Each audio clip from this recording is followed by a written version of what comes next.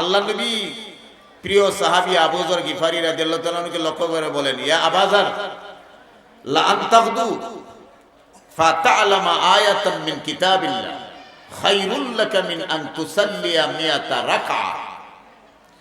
আবু যর, তুমি যদি দ্বীনি মজলিসে যাইয়া, মসজিদ মাদ্রাসা যাইয়া, দ্বীনি হলকাতে যাইয়া কোরআনে কারীমের একখানা আয়াত শিখতে পারো, তোমার আমলনামায় আল্লাহ 100 রাকাত নামাজ পড়ার সওয়াব লিখে দিবেন।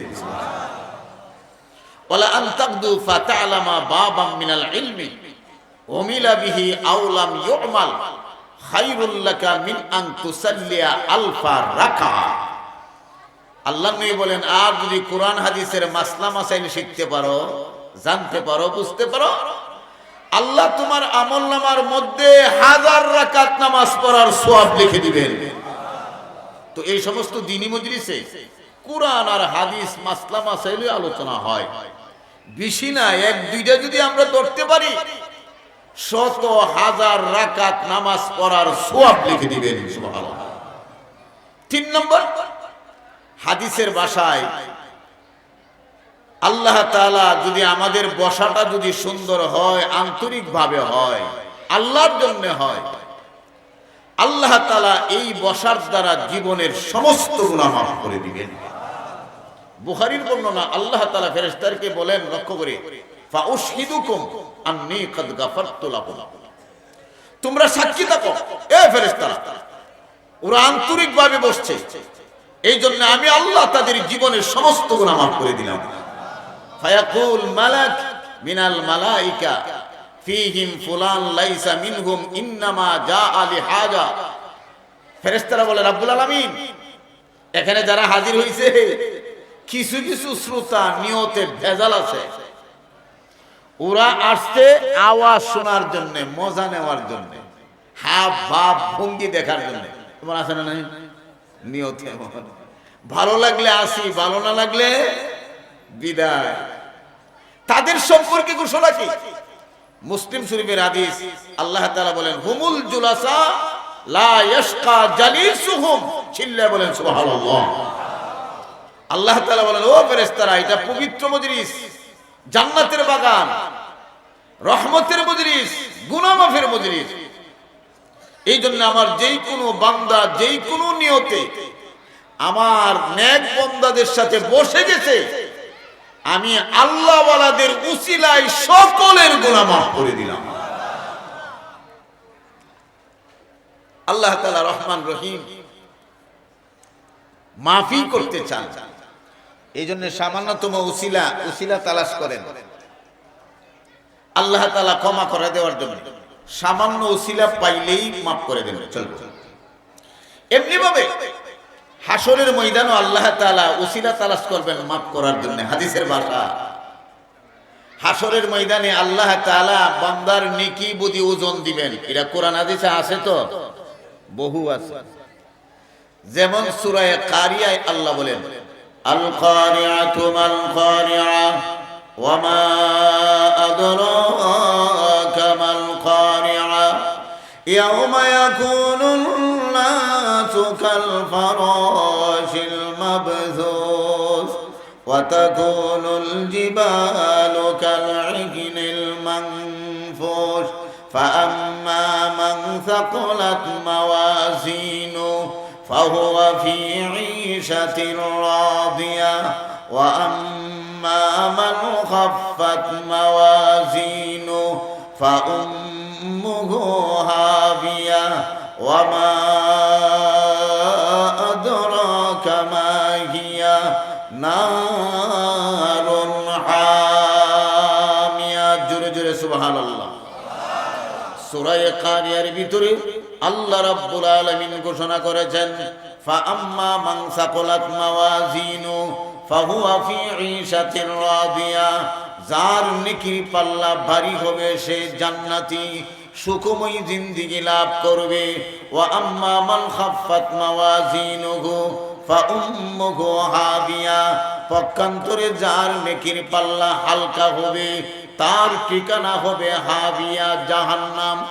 আল্লাহ রাব্বুল আলামিন কোরআনে কারীমের বিভিন্ন জায়গায় বলে দিয়েছেন, নেকির পাল্লা যদি ভারী হয় লোকটা জান্নাতি হবে, নেকির পাল্লা যদি হালকা হয় জাহান্নামী।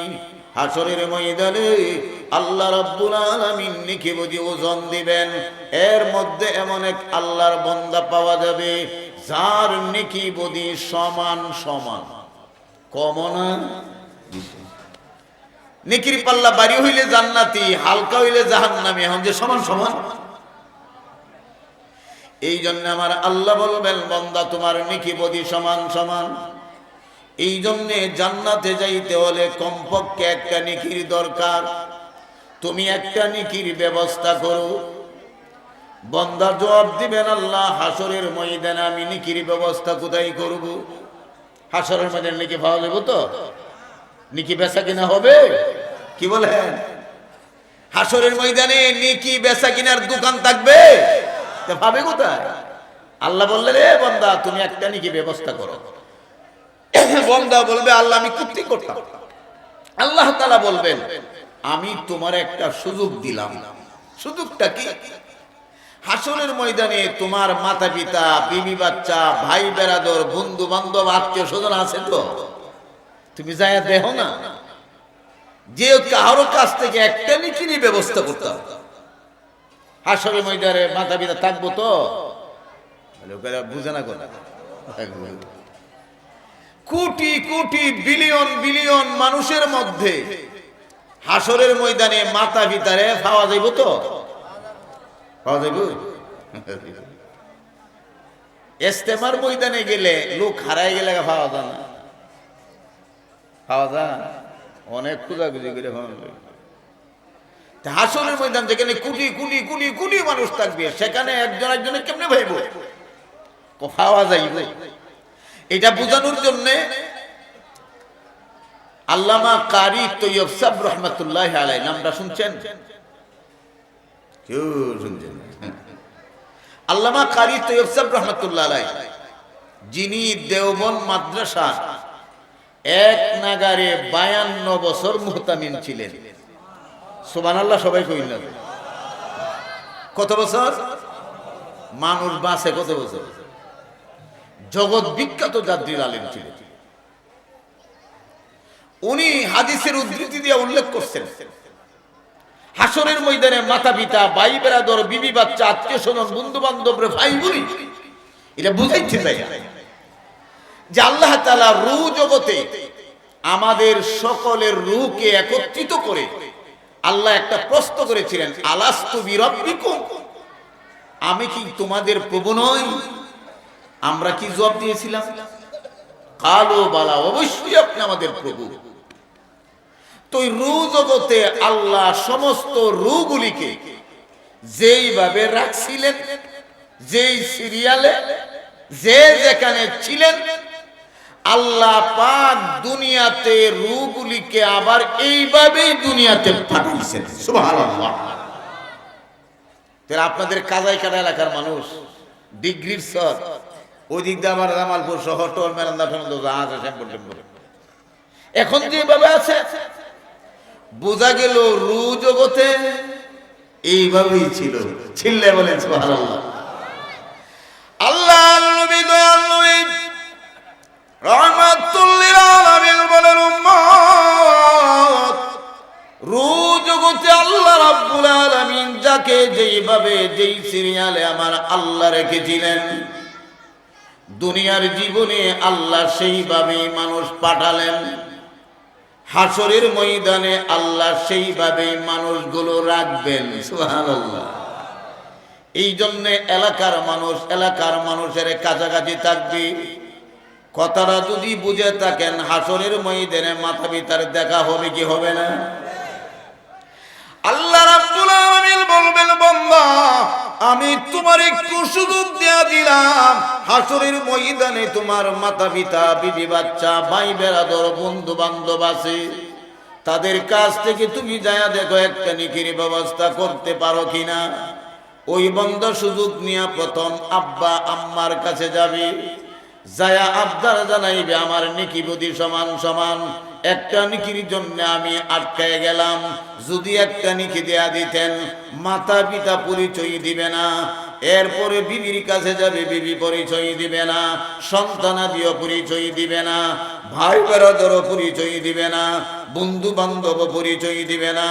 এই কথাটাই আল্লাহ 30তম পারার 3 নম্বর সূরার শেষ দিয়ে বলেছেন, ইয়াউমা ইয়াফিরুল মারউ মিন আখিহি ওয়া উম্মিহি ওয়া আবিহি ওয়া সাহিবাতিহি ওয়া বানিহি লিকুল্লি ইমরিইম মিনহুম ইয়াউমাইযিন শাআনুন ইউগনি wujuhun yawmaidhin musfira ضاحكة مستبشرة ووجوه يومئذ عليها غبرة ترهقها قترة أولئك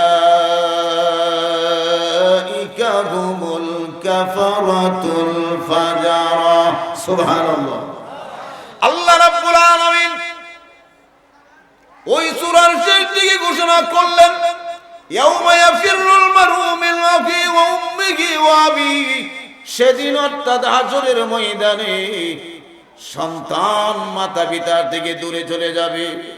মাতা পিতা সন্তানকে পরিচয় দিবে না, সন্তান বিবি বাচ্চাকে পরিচয় দিবে না, ভাই ভাইকে নয়, বন্ধু বন্ধুকে নয়।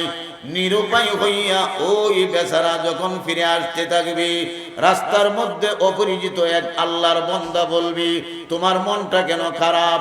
সে বলবে, তোমার কাছে বললে কোনো কাজ হবে না, যাদের কাছে বললে কাজ হইতো তারাই তো আমাকে পরিচয় দেয় নাই। পিরাপিরির পরে বারবার পিরাপিরির পরে বলবে, আমার নেকিবদি সমান সমান। আল্লাহ নির্দেশ দিয়েছেন, একটা নেকির ব্যবস্থা হলে আমার জান্নাতের ব্যবস্থা হবে।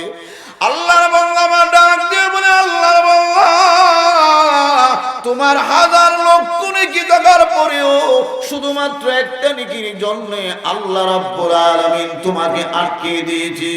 আমার জীবনেতে কোনো নেকি নাই, নেকি নাই, নেকি নাই, শুধু গুনাহ আর গুনাহ। আমার জীবনে শুধুমাত্র একটা মাত্র নেকি আছে, কইলা নেকি? আর সব গুনাহ। তুমি লক্ষ নেকি ওলা যদি না যাইতে পারো, আমারে এক নেকি দিয়া থাকলে যে কথা, হারায় গেলে কারণ কি টেনশন। তুমি হাজার লক্ষ নেকি ওলা, তুমিও যাইতে পারো না, তা আমি কি করি? আমার তো কল্পনাই করা জানা। এই নেকি আমার তাকে কাজ থাকলে কোনো কাজ হইব না, লাভ হইব। কমপক্ষে আমার নেকিটা দিয়া তুমি জান্নাতে চলে যাও। কত বড় দয়া! মানুষ মানুষের প্রতি যদি দয়া করে, আল্লাহ খুশি না বেজান? মানুষ মানুষের প্রতি যদি দয়া করে, আল্লাহ সবচেয়ে বেশি খুশি হয়। আল্লামা ইয়াফি ইয়ামনি রাহমাতুল্লাহ আলাইহি ওনার বিখ্যাত কিতাবে লিখছেন, হযরত ইব্রাহিম আদহাম রাহমাতুল্লাহ আলাইহি, মানে মানুষের প্রতি মানুষ দয়া করলে আল্লাহ খুশি হয়, কত খুশি। উনি কোথাও একবার যাইতেছেন, যাইতে যাইতে যাইতে যাইতে যায় সামনে নদী, সামনে কি নদী। তো উনি চিন্তা করতেছেন নদী কিভাবে পার হইবেন। নদীর কিনারায় উনি তাকায় দেখতেছেন পারাপারের কোনো ব্যবস্থা আছে কিনা। কিছুক্ষণ পর দেখে নদীর ওই পার একটা নৌকা দেখা যায়। কয়েকজন যুবক নৌকাটা নিয়ে নদীর ওই পারের দিকে আসতেছে। তাইলে বোঝা গেল দেরি হইলেও পার হওয়ার ব্যবস্থা আছে। এই জন্য তিনি অপেক্ষা কইরা নদীর কিনারায় বসে বসে আল্লাহ আল্লাহর জিকির আরম্ভ করে দিলেন। কি জিকির? কিছুক্ষণ পর তিনজন যুবক এই নৌকাটা নিয়ে ইব্রাহিম আদহাম রহমতুল্লাহ আলাইহি যেখানে বসা, নৌকাটা এখানেই লাগাইছে। নৌকা লাগা তিনজন যুবক নামছে। ওরা তাকায় দেখে এক বুড়া বেচারা বৈশা রয়েছে।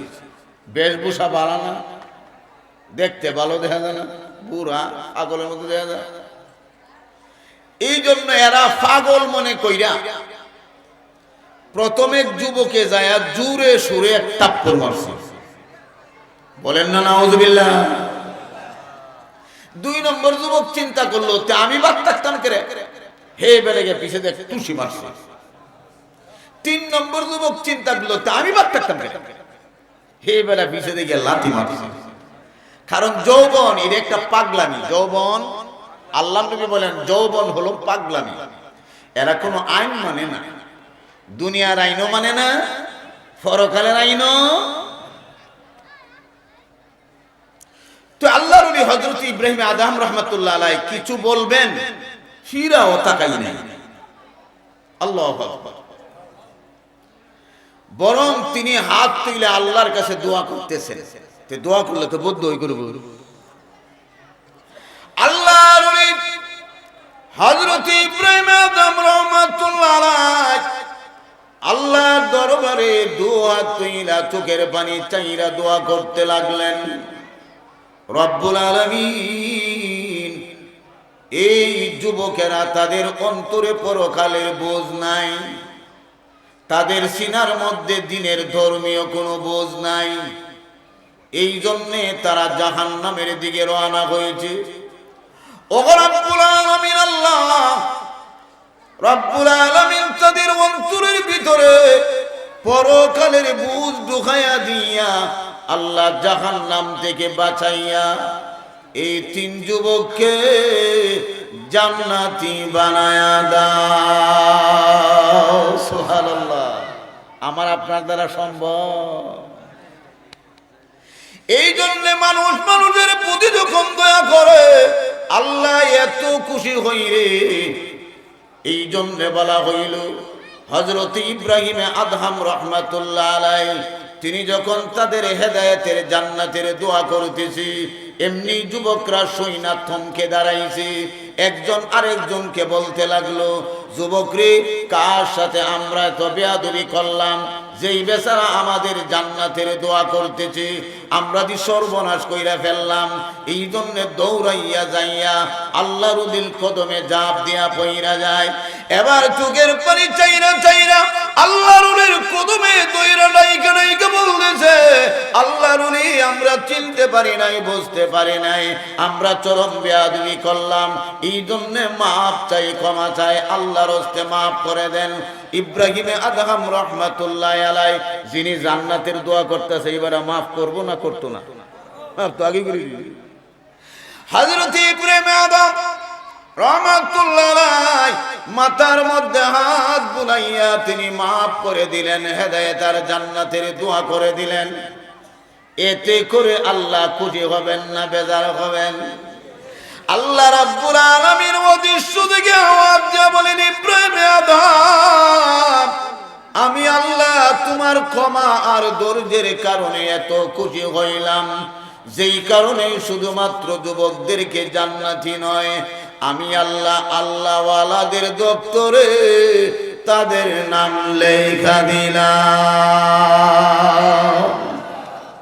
হযরত ইব্রাহিম আদম এই যুবকদের প্রতি দয়া মায়া দেখানোর কারণে আল্লাহ তাআলা তার উপর এমন দয়া করলেন যে আল্লাহ উলিদের কাতারের নাম লেখাই দিলেন। সুবহানাল্লাহ।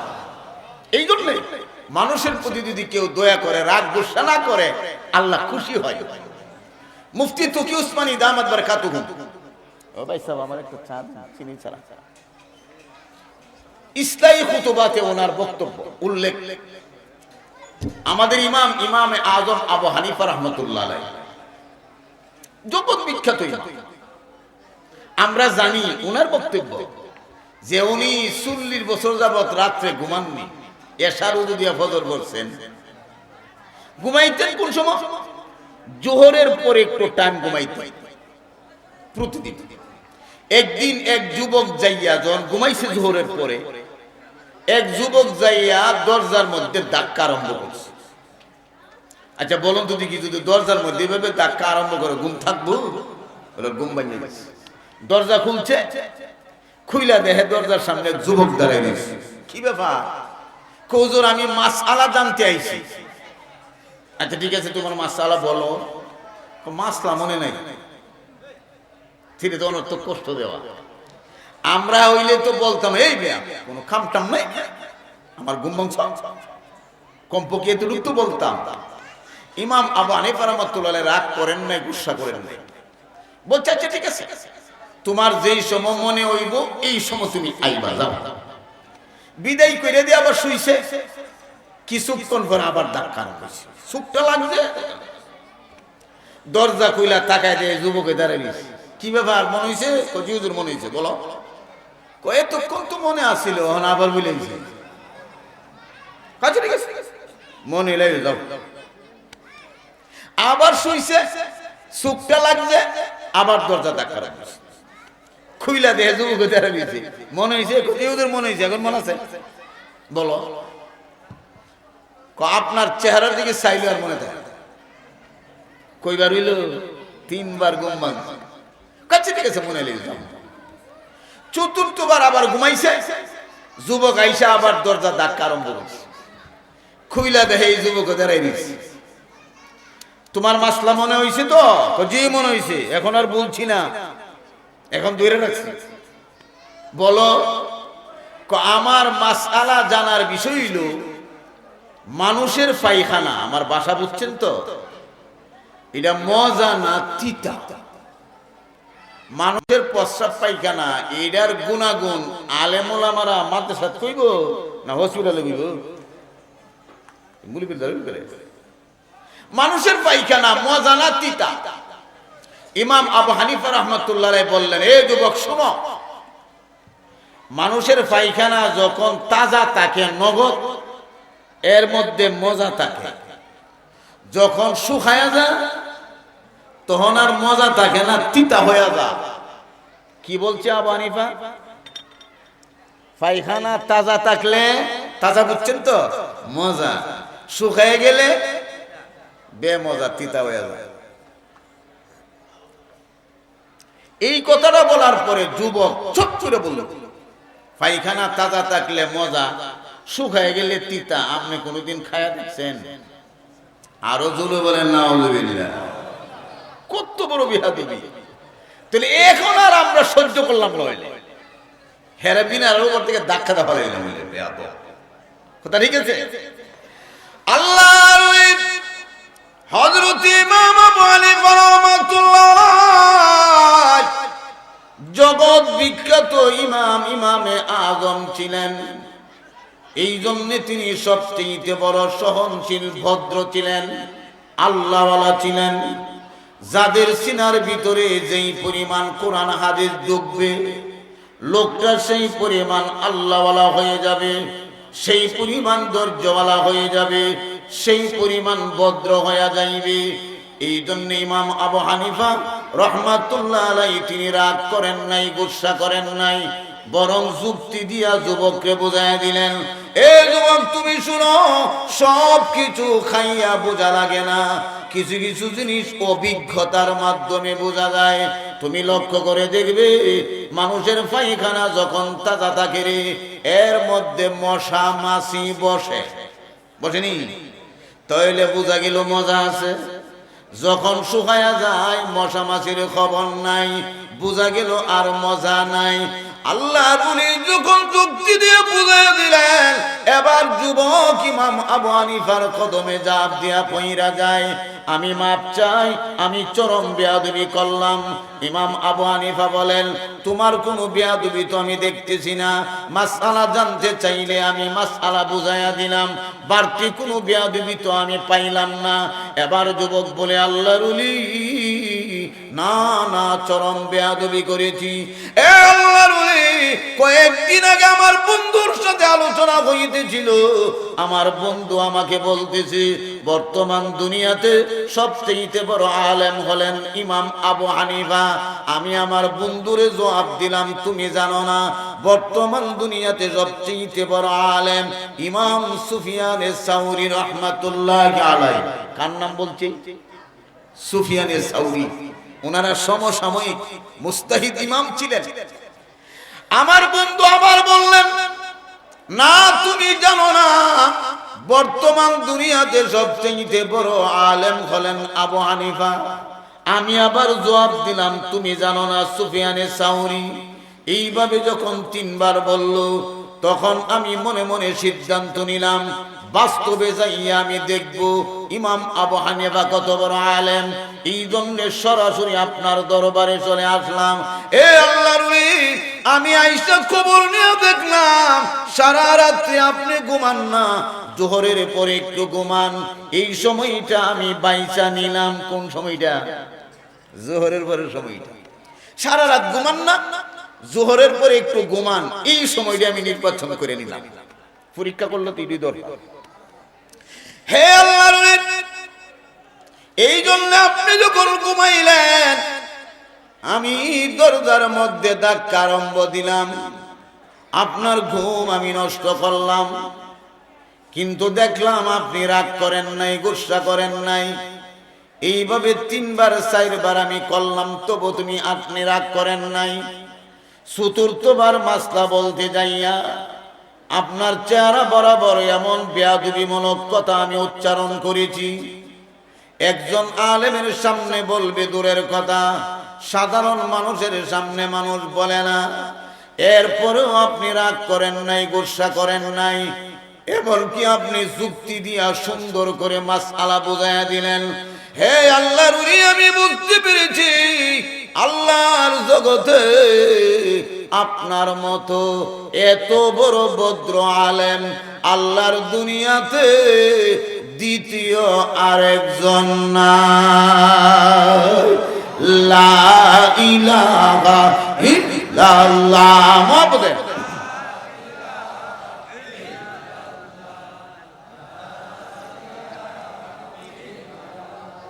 মাশাআল্লাহ। লা ইলাহা ইল্লাল্লাহ। মুহাম্মদ লা ইলাহা ইল্লাল্লাহ। একসাথে। জান্নাতেরি হর পরীরা কর সাজাইনাম আপনা, সবেদারির ওলিরা গাই কর সাজাইনাম সাধনা। লা ইলাহা ইল্লাল্লাহ। মুহাম্মদ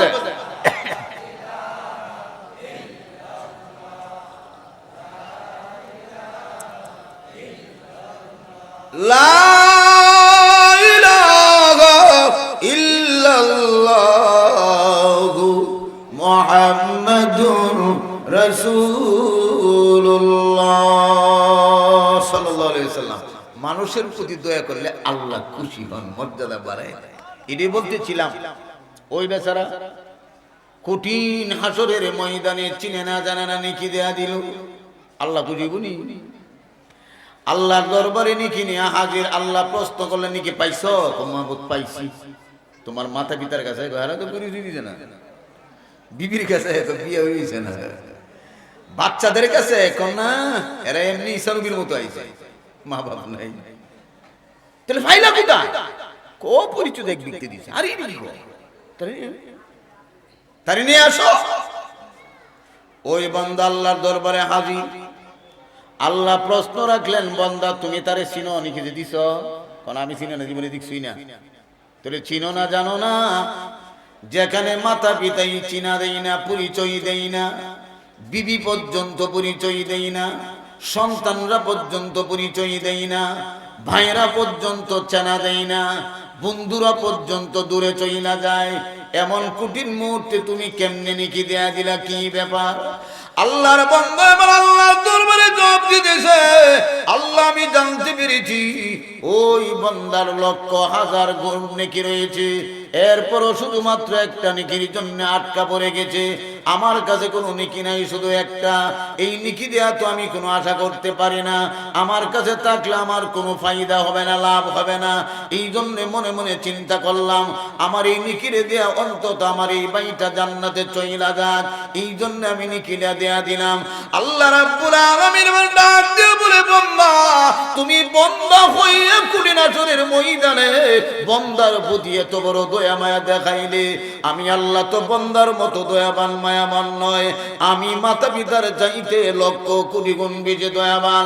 এ বান্দা, তুমি বন্ধ হইয়া বন্ধর প্রতি এত বড় দয়া দেখাইলে রে, যেই কারণে আমার দয়া মায়ার সাগরে ডুবে যায়। এই জন্য আমি আল্লাহ শুধুমাত্র তোমাদের একজনকেই নয়, আমি আল্লাহ তোমাদের দুজনকে জান্নাতি বানায়া দিলাম। আল্লাহর কত বড় দয়া মায়া, সামান্য ছেলে করে মাফ করে। আমি বহু দূরে চলে গেছি, আপনাদের সম্মুখে সূরা আনকাবুতের 45 নং আয়াতে কারিমা একখানা হাদিস পড়ছিলাম। এই আয়াতে কারিমার ভিতরে আল্লাহ তাআলা আল্লাহর হাবিবকে লক্ষ্য করে দুইটা আমলের নির্দেশ দিয়েছেন। কয়টা আমল? উতলু মা উহিয়া ইলাইকা মিনাল কিতাব, এক, ওয়া আকিমিস সালাহ, দুই। হে নবী, আপনার প্রতি প্রত্যাদিষ্ট কিতাব, আমি আপনাকে যে কোরআন যে কিতাব দিলাম এইটা আপনি তেলাওয়াত করতে থাকুন। সুবহানাল্লাহ, নবীরে বলছি। দুই নম্বর, ওয়া আকিমিস সালাহ, আমি যে 5 ওয়াক্ত নামাজ দিলাম এই 5 ওয়াক্ত নামাজ পড়তে থাকুন। এখন একটা প্রশ্ন, ইসলামের মূল বেনা কইরাও আমরা সবাই জানি, কইটা? বুনিয়াল ইসলাম আলা খামস, পাঁচটা, শাহাদাতি আল্লাহ ইলাহা ইল্লাল্লাহ ওয়া আন্না মুহাম্মাদার রাসূলুল্লাহ ওয়া ইকামিস সালাহ ওয়া ইতাইজ যাকাত ওয়া সাওমে রমাদান ওয়াল হজ। কালিমা, নামাজ, রোজা, যাকাত, হজ। তাহলে আল্লাহ নবী, আল্লাহ তাআলা আল্লাহ নবীকে শুধুমাত্র দুইটার নির্দেশ কেন দিলেন? দিলে পাঁচটার দিলেন। প্রশ্ন বুঝছেন তো? আল্লাহ আল্লাহ নবীকে বলছেন কোরআন তেলাওয়াত করুন, নামাজ পড়ুন। তাহলে মূল ভিত্তি হলো পাঁচটা। পাঁচটার কথা না বলবেন, দুইটার কথা কেন বললেন? উলামায়ে কেরাম অনেক জবাব দিয়েছেন, আমি শুধু একটা জবাব বলবো। আল্লাহ তাআলা এই কথাটা বোঝানোর জন্য যে কোরআনের মাধ্যমে, নামাজের মাধ্যমে আমাদের নবী সমস্ত নবীদের নবী। সুবহানাল্লাহ, আমাদের নবী হাদিসে বলছেন, আনা নাবিয়ুল আম্বিয়া, হে আমার উম্মতেরা, আমি শুধু পাবলিকের নবী না, আমি সমস্ত নবীদেরও। কোরআনের মাধ্যমে আমাদের নবী শ্রেষ্ঠ নবী কেমনে? আল্লাহ তাআলা যত আসমানি কিতাব নাজিল করছেন এর মধ্যে বড় বড় কিতাব কয়টা? চারটা, তৌরাত, জবুর, ইনজিল, কুরআন। এই চার বড় কিতাবের মধ্যে বড় কিতাব কোনটা? কুরআন। এই বড় কিতাব কুরআন আল্লাহ কোন নবীরে দিবেন? আমাদের নবীরে দিবেন। তো নিয়ম হলো বড় কিতাব যিনি পাইবেন তিনি সবচাইতে ছোট নবী হইবেন। এটা সহজ। অথচ শাহ ওলিউল্লাহ মুহাদ্দিস দেহলভী রাহমাতুল্লাহ আলাইহি হাদিস উল্লেখ করে বুঝাই দিয়েছেন যে কোরআনের মাধ্যমে আমাদের নবী শ্রেষ্ঠ নবী কেমনে? কোরআন হইল জান্নাত, কোরআন হইল জান্নাত। তিনি হাদিসটা বইলা বলতেছেন 30 পারা কোরআনের যারা হাফেজ এর মানে হইল আল্লাহ গোটা জান্নাতটা তার সিনার ভিতরে ঢুকাই দিয়েছেন। কারণ হাসরের ময়দানে আল্লাহ এই 30 পারা কোরআনকেই জান্নাতের নিয়ামতে পরিণত করবেন। সুবহানাল্লাহ, ওরা হলো জীবিত জান্নাত, জীবন্ত জান্নাত। এই জন্য হাফেজে কোরআন দুনিয়া তো দামি, আরে বলেন না, দুনিয়া তো দামি, আখিরাত তো দামি। হাফেজে কোরআনের দামের কারণে মাতা পিতা পর্যন্ত দামি হয়ে যাবে। আপনারা উলামায়ে হযরতের জবান থেকে শুনছেন না, 6666 তালার উপরে মাতা পিতাকে বসাইয়া আল্লাহ তাআলা তাদের মাথায় নূরের মুকুট পরায় দিবেন। সুবহানাল্লাহ, মা বাপেরে, মা বাপেরে এত দাম হাফেজে কোরআন। এই জন্য আপনাদের এলাকার মাদ্রাসা আপনারা লক্ষ্য রাখবেন, ছাত্র দিবেন, নিজের ছেলেরে হাফেজ বানাইবেন, নাতিরে বানাইবেন, বাতিজা বাজনা আত্মীয় স্বজনকে বানাইবেন। আল্লাহ কবুল করুন, আমরা সকলে বলে আমিন। এবার আসুন 2 নম্বর, নামাজের মাধ্যমে আমাদের নবী শ্রেষ্ঠ নবী কেমনে? আমরা বর্তমানে যে 5 ওয়াক্ত নামাজ পড়ি, ফজর, জোহর, আসর, মাগরিব, এশা, এই নিয়ম আগে ছিল না। আগে এক এক ওয়াক্ত এক এক নবী এক এক উম্মতেরা পড়তেন। এই নামাজগুলি একত্রিত কইরা আল্লাহ দয়া করে মায়া করে একমাত্র এই উম্মতকে দান করেছেন। আল্লাহ দয়া কইরা দিয়েছেন। তাহলে এই কথা দ্বারা বোঝা গেল নামাজ আমাদের জন্য গজব না রহমত।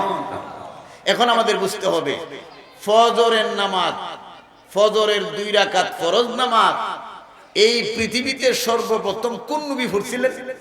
যেটা আমারও দিল, আমরাও দিল। বিভিন্ন বর্ণনার ভিতরে একটা বর্ণনা হযরতে আদম আলাইহিস সালাম পড়ছিলেন। আদম নবী 2 রাকাত নামাজ কেন পড়লেন? এটার কারণ আছে না নাই? কারণ আমরা জানি আদম আলাইহিস সালামকে আল্লাহ জান্নাতে রাখলেন। যেই কোনো কারণে আদম হাওয়াকে আল্লাহ দুনিয়াতে নামায় দিলেন। দুজনে এক জায়গায় না ভিন্ন ভিন্ন জায়গায়? একজন পৃথিবীর এক প্রান্তে, একজন আরেকজনের সাথে দেখা নাই কতদিন? কত বছর? আওয়াজ দিয়ে বলেন কত বছর? 350 বছর। কত বছর? আদম হাওয়ার সাথে একজন আরেকজনের সাক্ষাৎ নাই 350 বছর।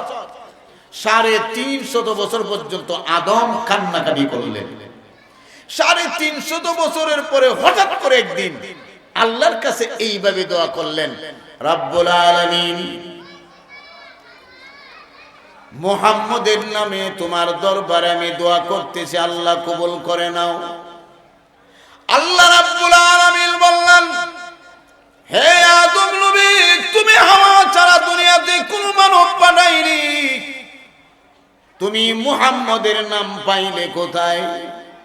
এবার আদম নবী জবাব দিলেন, আল্লাহ জান্নাতে থাকাকালীন সময়ে তোমার আরশের পায়ায় তোমার নামের সাথে নামটা আমি লেখা দেখেছিলাম, লা ইলাহা ইল্লাল্লাহ মুহাম্মাদুর রাসূলুল্লাহ। আছে না নাই? ও রব্বুল আলামিন, আল্লাহ তোমার নামের সাথে যে নাম লেখা থাকবে এইটা সাধারণ নাম হইতে পারে না, আমি বুঝতে পেরেছি। এই জন্য আমি এই নামের ওসিলায় তোমার কাছে দোয়া করলাম। আল্লামা কারি তৈয়ব সাহেব রহমাতুল্লাহ আলাইহি বলেন, শুধু আরশের পায়ায় আল্লাহর নামের সাথে আমাদের নবীর নাম থাকবে এতটুকুই নয়, জান্নাতের সব কিছুর ভিতরে আল্লাহর নামের সাথে আমাদের নবীর নাম লেখা থাকবে। এই জন্য আল্লাহর নবী দয়াল নবী রাহমাতুল লিল আলামিন বলেন, উম্মত তোমরা যখন জান্নাতে যাইবে, জান্নাতের বিল্ডিং এর ভিতরে যেই কোনো কামরা রুমের মধ্যে তুমি যায়া ঢুকবা, জান্নাতের বিল্ডিং কত তলা হইবে এটাকে বুঝা লই। কত তলা?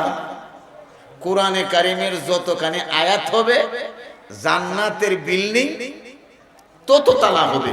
কোরআনের আয়াত কত? এটা তো প্রসিদ্ধ, এই ব্যাপারে 7টা মত আছে। কইটা? 7টা। জি, 7টা মত আছে। কইটা মত? হুজুর কি আইছে? হুজুর আইছে? আচ্ছা আচ্ছা, ঠিক আছে, আমি শেষ করে দিয়েছি। তো আল্লাহ নবী বলেন, তুমি জান্নাতে যে কোনো কামরায় ডাক যাইবে, যায়া তুমি যে কোনো দিকে তাকাবে, তুমি দেখবে লেখা আছে লা ইলাহা ইল্লাল্লাহ মুহাম্মাদুর রাসূলুল্লাহ। ডানে তাকাইবে লা ইলাহা ইল্লাল্লাহ মুহাম্মাদুর রাসূলুল্লাহ, বামে তাকাইবে তুমি দেখবে লা ইলাহা ইল্লাল্লাহ মুহাম্মাদুর রাসূলুল্লাহ, পিছনে উপরে যেদিকে তাকাইবা। নবী বলেন শুধু এতটুক না, জান্নাতের গাছে লেখা থাকবে লা ইলাহা ইল্লাল্লাহ মুহাম্মাদুর রাসূলুল্লাহ, ফাতাই ফাতাই লেখা থাকবে লা ইলাহা ইল্লাল্লাহ মুহাম্মাদুর রাসূলুল্লাহ, ফলের মধ্যে লেখা থাকবে লা ইলাহা ইল্লাল্লাহ মুহাম্মাদুর রাসূলুল্লাহ, হুর গেলমানদের ললানে লেখা থাকবে লা ইলাহা ইল্লাল্লাহ মুহাম্মাদুর রাসূলুল্লাহ। নবী বলেন এমন কি জান্নাতের গেইটে লেখা থাকবে লা ইলাহা ইল্লাল্লাহ মুহাম্মাদুর রাসূলুল্লাহ। আমার নবী বলেন এমন কোন নিয়ামত থাকবে না যেই নিয়ামতে আল্লাহর নামের সাথে বিশ্ব নবীর নাম লেখা থাকবে। মুহাম্মদের নামে দোয়া করলেন আদম, আল্লাহ 350 বছর পরে দোয়া কবুল করছেন। খুশি না বেজান? এই জন্য খুশি হইয়া আরাফাতের ময়দানে দাঁড়াইয়া শুকরিয়াতান 1 রাকাত নামাজ আদায় করলেন। আল্লাহ দোয়া কবুল করে হাওয়ার সাথে মোলাকাত করায় দিলেন। খুশি না বেজান? এই জন্য 2 নম্বর রাকাত আদায় করলেন। আরাফাতের ময়দানে দাঁড়াইয়া ফজরের টাইমে আদম নবী শুকরিয়াতান 2 রাকাত নামাজ আদায় করেছিলেন। আল্লাহ রাব্বুল আলামিন বুঝায় দিলেন, হে আমার নবী, আদমের 2 রাকাত ফজরের নামাজ আমি আল্লাহ দুনিয়ার কোন নবী উম্মতকে না দিয়া আমি আল্লাহ দয়া করে মায়া করে আপনার উম্মতকে দান করেছি। এমন ভাবে এক এক ওয়াক্ত নামাজ এক এক নবীরা পড়েছিলেন। আল্লাহ দয়া কইরা এই নামাজগুলি একত্রিত করে আমাদেরকে দিয়েছেন। এর দ্বারা বোঝা যায় নামাজ আমাদের জন্য রহমত।